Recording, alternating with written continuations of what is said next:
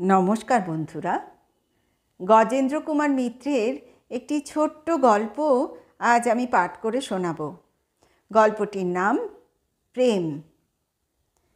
কাশীতে লক্ষ্মীকুণ্ড যাবার পথে যে বড় চারতলা বাড়ির একাংশে আমরা থাকতুম, তার একতলার ঘরগুলো দোকান ঘরের মতো করেই তৈরি করা হয়েছিল, কিন্তু দোকান কেউ দেয়নি তাতে। আমি বলছি আমার বাল্যকালের কথা। তখন ওই রাস্তায় দোকান চলার মতো লোক যাতায়াত ছিল না। এই এক দরজা ঘরগুলো তাই বলে খালিও ছিল না। একটা ঘরে এক বুড়ো বুড়ি থাকতো, তাদের টিকের ব্যবসা। পাশের বাড়ির রোয়াকে টিকে তৈরি করে শুকোতে দিত। আর একটা ঘরে ছিল বটুকনাথ, সে নাকি জাতে চামার, কিন্তু কাজ করতো রাজমিস্ত্রির। সে আর তার বউ থাকতো। বউ বাড়ি বাড়ি ঝাড়ু দেবার কাজ করত, অবসর সময়ে গোবর কুড়িয়ে ঘষি বা ঘুঁটে দিত, মরদের জন্য রান্না করত এবং রাত্রে বরের হাতে বেধড়ক মার খেত। হ্যাঁ, এইটাই প্রায় প্রাত্যহিক বরাদ্দ হয়ে গিয়েছিল। বটুক প্রায়ই কাজ থেকে ফেরার পথে তারই খেয়ে আসত। তার ফলে বাড়িতে এসে স্ত্রীর সেবাকর্মে তুচ্ছ খুঁটিনাটি দোষ ধরে আগে একচোট ঠ্যাঙানি দিয়ে নিত। তারপর এই প্রহার করার পরিশ্রমে নেশা একটু কেটে আসায় অনেকটা ঠান্ডা হয়ে খাওয়া দাওয়া করত। কিন্তু আশ্চর্য এর জন্যে আমরা ওর বউ কৌশল্যার মুখে কোনো নালিশ শুনিনি, কিংবা কোনো দিন ওর কান্নারও শব্দ পাইনি। নিঃশব্দে চোরের মার খেত মেয়েটা। হম্বিতম্বি এবং মারেরই যা আওয়াজ পাওয়া যেত, ওদিক থেকে কোনো সাড়া বা প্রতিবাদ আসতো না কোনো দিন। বরং আমার দাদা বা নিচের তলার ভাড়াটে ভদ্রলোক বাড়িওয়ালাকে বলে ওদের উঠিয়ে দেবার চেষ্টা করলে কৌশল্যাই এসে জনে জনে হাতে পায়ে ধরে সেটা রদ করিয়েছিল। তারপর থেকে বটুক এসে মার শুরু করলেই কৌশল্যা দরজাটা বন্ধ করে দিত আগে, পাছে ওপরতলায় শব্দটা পৌঁছয়। তাতে আবার এক এক দিন শ্রীমান বটুকের আপত্তি দেখা যেত।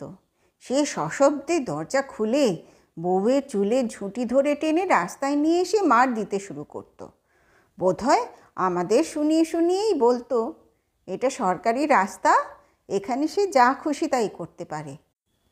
আমাদের দেশের মেয়েদের পক্ষে পতিপ্রেম স্বাভাবিক, তবু সকলেই কৌশল্যার এতাদৃশ প্রতিভক্তি নিয়ে বিস্ময় প্রকাশ করতেন। কারণ কালোর ওপর কৌশল্যার বেশ একটা শ্রী ছিল। বড় বড় ডাগর চোখে এমন একটি শান্ত বিনত ভাব ছিল যে সবাই ওকে স্নেহ করতেন, দয়া ধর্মও করতেন।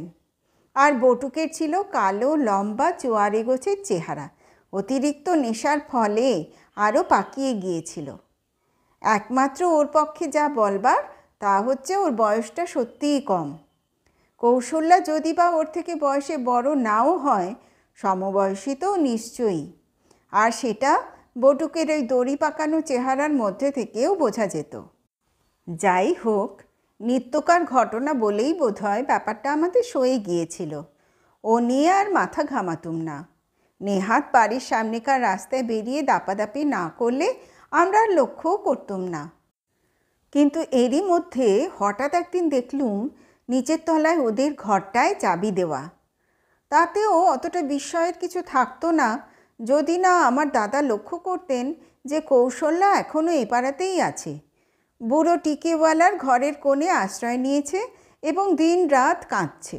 এই তথ্যটি জানার সঙ্গে সঙ্গে আশেপাশের সব বাড়িরই মহিলাকুল কৌতূহলী হয়ে উঠল।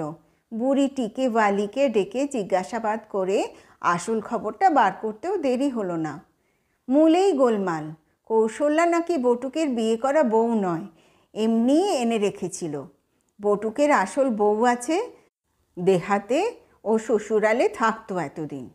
বোধ করি নিতান্ত কচি ছিল বলেই এতকাল তার কথা মনে পড়েনি। এখন শিয়ানা হওয়ার খবর পাওয়াতেই কৌশল্যাকে ঘরের বার করে দিয়ে দোরে তালা লাগিয়ে সেই বউকে আনতে গেছে। নিয়ে এলো 2-3 দিনের মধ্যে। কোরা কাপড়ের ওপর ধোয়া মলমলের পাঞ্জাবি পরে গলায় ফুলের মালা ঝুলিয়ে বউকে নিয়ে এসে ওই ঘরেই উঠল একদিন। শুধু তাই নয়, এই উপলক্ষে ওর ভাই বেরাদারদের ডেকে বিরাট এক ভোজ দিল। 3-4 জনে মিলে একটা গোটা হরিণের মাংস রান্না করলো। রাস্তার ওপরই পাতা পেতে ভাত, মাংস এবং পানীয় হিসেবে প্রচুর তারি খেয়ে হল্লা করতে করতে সবাই চলে গেল। বিয়ে করা বউ সামাজিকভাবে কায়েম হয়ে বসলো নিচের সেই ঘরে। কিন্তু বিপদ হলো কৌশল্যাকে নিয়ে। সেই বেচারি নাকি এই কদিনে দাঁতে কুটো কাটেনি, শুধু দিন রাত কেঁদেছে। ওরা আসতে লাজ লজ্জার মাথা খেয়ে বউ দেখতে ঘরের সামনে গিয়ে দাঁড়িয়েছিল। বটু কেমন এক লাথি মেরেছে পেটে যে 8-10 মিনিট দম ফেলতে পারেনি মেয়েটা। তারপর থেকে মাথা কুটে কুটে কপাল ফাটিয়ে ফেলেছে, দুবার গলায় দড়ি দিতে গিয়েছিল। অতি কষ্টে সামলেছে পুরো টিকেওয়ালা। সে কাঁদো কাঁদো হয়ে পাশাপাশি দুবারির কর্তাদের কাছে তার বিপদ জানালো, তারা যদি কিছু প্রতিকার করতে পারেন।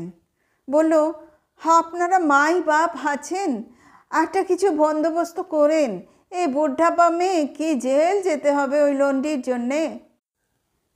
কর্তারা কতকটা ওর জন্যে, কতকটা কৌশল্যার জন্যেও। তার এই 3-4 দিনে যে চেহারা দাঁড়িয়েছিল তা না দেখলে বিশ্বাস হয় না। অমন ঢলঢলে চেহারা শুকিয়ে কঙ্কাল সার হয়ে গেছিল। বটুককে তলব করলেন, প্রশ্ন করলেন যে এসব কি, শেষ পর্যন্ত কি একটা স্ত্রী হত্যা হবে পাড়ায়?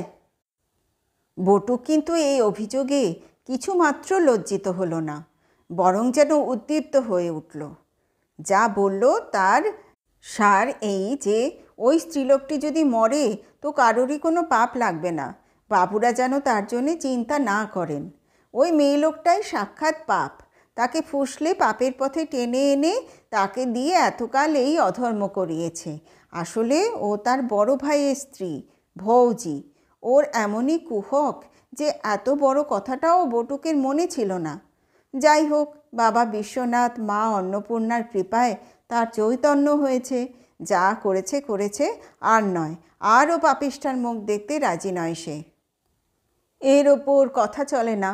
তবু নিচের তলার কাকাবাবু বুঝিয়ে বলতে গেলেন, যাই হোক, এতকাল ঘর করেছো বাপু, ওর একটা যা হোক গতি করো। বটুক সে কথাও গায়ে মাখল না।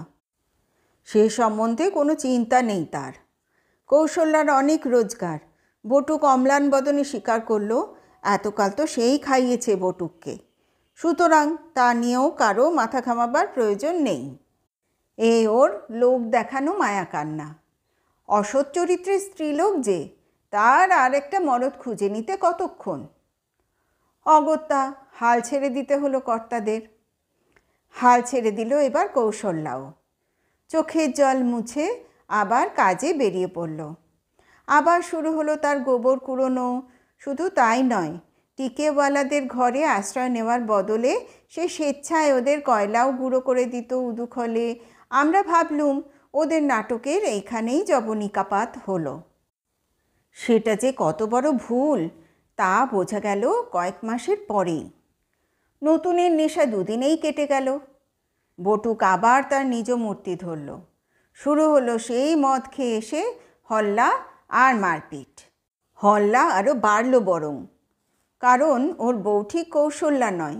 সেও চেঁচিয়ে কেঁদে কেটে গালাগাল দিয়ে হাট বাঁধিয়ে তুলত।